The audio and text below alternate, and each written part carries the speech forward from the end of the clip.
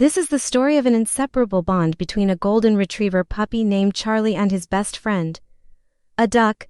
It all started when Charlie's family got this little guy for Christmas. He was the most adorable golden retriever puppy they could find, but what they didn't know was that he would soon be getting a little sister. Just a few days later, a family of ducks showed up at their doorstep. They had been living out in the wild, but winter was coming and they needed somewhere warm to stay. So the family took them in and raised the ducklings as their own. One of the ducklings, which they named Daisy, became best friends with Charlie. The two of them would spend their days playing together and their nights sleeping next to each other. It was clear that they had formed an unbreakable bond. When Daisy was still just a little duckling, Charlie would talk to her in barks and whines, and she would respond with specific quacks that only he seemed to understand.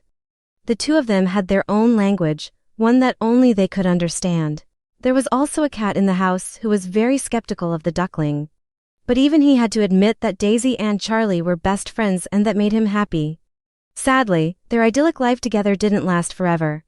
One day, Daisy suddenly fell ill. She wasn't eating or drinking and all she wanted to do was sleep. Charlie was beside himself with worry.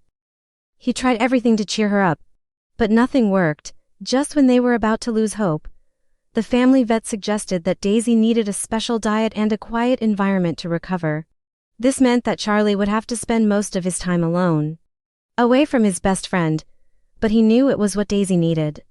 So he did it without complaining. Every day, Charlie would bring Daisy her favorite snacks and every night, he would stay by her side until she fell asleep. And slowly but surely, she began to get better. Once Daisy was feeling better, she and Charlie were inseparable once again. Their bond was stronger than ever and their story became a heartwarming tale in their small town.